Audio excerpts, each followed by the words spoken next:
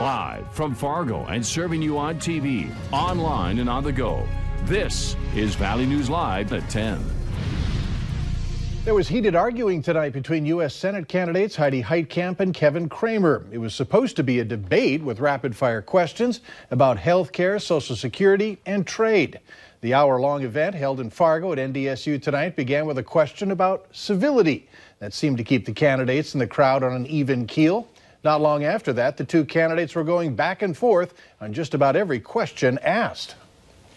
And if you want to talk about unity, you want to end the trade war, unify behind the United States instead of China. Stand with us and we'll end this trade war in a hurry. But you go over there and undermine our president's authority and our president's leverage. Kevin, if you want to represent North Dakota, you better stand with North Dakota farmers. Exactly. You better stand with North Dakota agriculture. Exactly. You better stand with our people.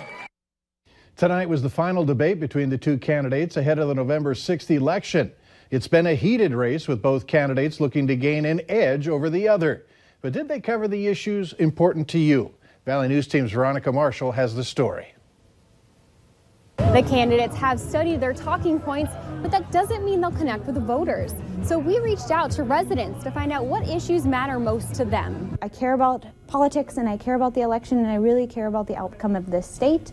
And so I really want to hear what both Senate candidates have to say on a whole bunch of issues. North Dakotans know what's at stake and they know what they want going into the November elections. My dad is a farmer. The trade deals, I know both of them didn't really address it in the last debate, so I want to hear their views and especially what they're going to do in terms of whether they support it, don't support it, and so I'd like to hear them address that. And I know that's really important in my family, who is highly agriculture, and a lot of North Dakotans who are.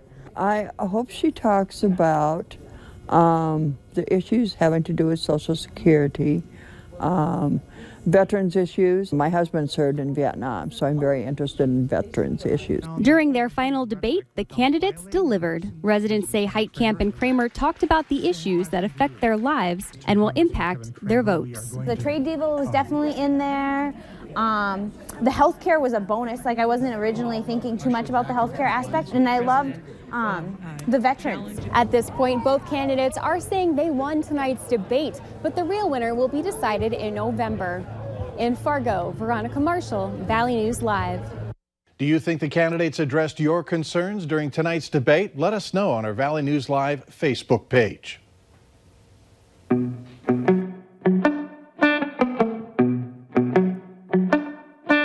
We've been getting positive feedback on our political ad breaks like that one. This is the time in an election season when viewers grow weary of the constant bombardment of issues and candidate ads.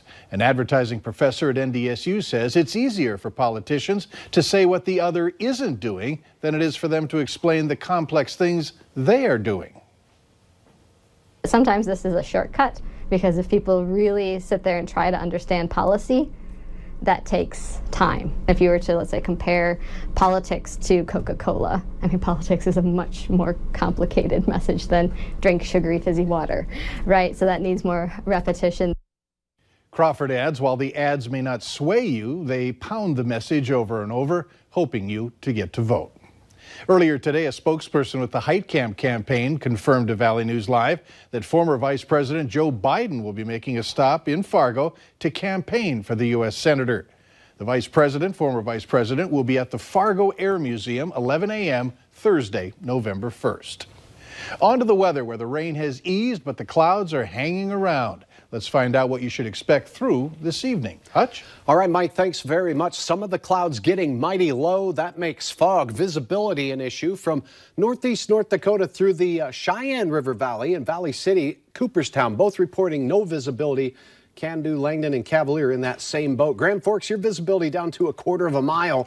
So fog will be a problem for some tonight. Dense fog advisory for portions of northeast North Dakota, and the fog at times may spread outside of this gray box that you see there. Showers continue from Bemidji up through Roseau, getting heavy down toward the Twin Cities, but in our area, the rainfall fairly light. As we take a look at your forecast, temperatures tonight will be coldest off to the west, where we'll have some 30s to start your day. Minus the fog, we'll have some sunshine for tomorrow, but also a chance of rain. Details in a few minutes. All right, look forward to the update. Thanks. A Grand Forks man is in trouble with the law after hitting several vehicles before fleeing officers on foot late this afternoon. Evan Nelson, 27 years old, is facing multiple charges, including reckless endangerment and reckless driving after striking the vehicles, a mailbox, and road signs at various locations in Grand Forks.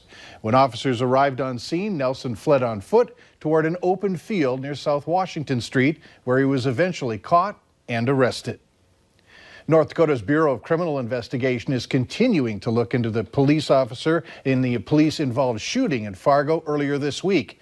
It happened Wednesday as police were investigating a possible bike theft. Officer Corey Luckow made contact with Richard Torres of Moorhead, who fled on foot and pointed a gun at Luckow. The officer says he feared for his life and fired his weapon several times at Torres. Luckow has been with the Fargo Police Department for 2 years and remains on administrative leave. The 32-year-old Torres now stands charged with terrorizing with a dangerous weapon and carrying a concealed weapon.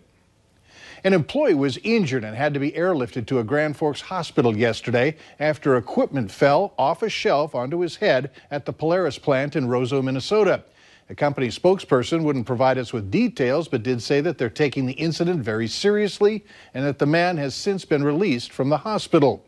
A former Polaris employee who wanted to stay anonymous says one of the main reasons he quit is because he says employee safety concerns were always blown off by management.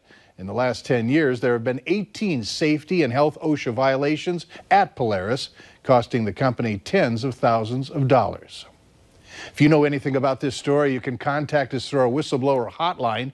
Call 701-237-6576 and leave your tip. Turns out that the man arrested in the recent pipe bomb mailings was a DJ for a strip club in Florida. Authorities say mail bombing suspect Cesar Sayoc worked the night before that he was arrested. The manager of the club says Sayoc had worked there for about 2 months as a DJ and a doorman and had no complaints about him. Another man who's worked with him for the past 20 years said on Sayoc's last day on the job, he brought in 2 duffel bags and a cooler and kept them behind the DJ booth. He was a very nice guy. I mean, we worked together in 10 different clubs. He's always been very polite, I've never seen anything like this coming at all. The Altar Gentlemen's Club is the same strip club that President Trump accuser Stormy Daniels performed at in April.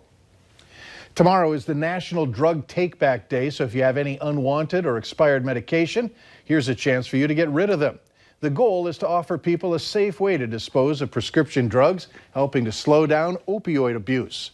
Here in the FM area, drugs can be dropped off at 2 Moorhead locations. The Hornbachers downtown on 11th Street South from 10 a.m. to 11:45 a.m.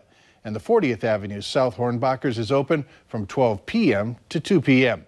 The DEA says over 6 million Americans misused prescription drugs in 2016. Later on Valley News Live at 10, it's not your usual pickup. This Chevy Silverado is customized to provide freedom for its driver. We started the day with dense fog, and many of us ending the work week with dense fog as well. You're looking live at the Dakota Magic Casino cam of hour-by-hour forecast details for the weekend ahead next.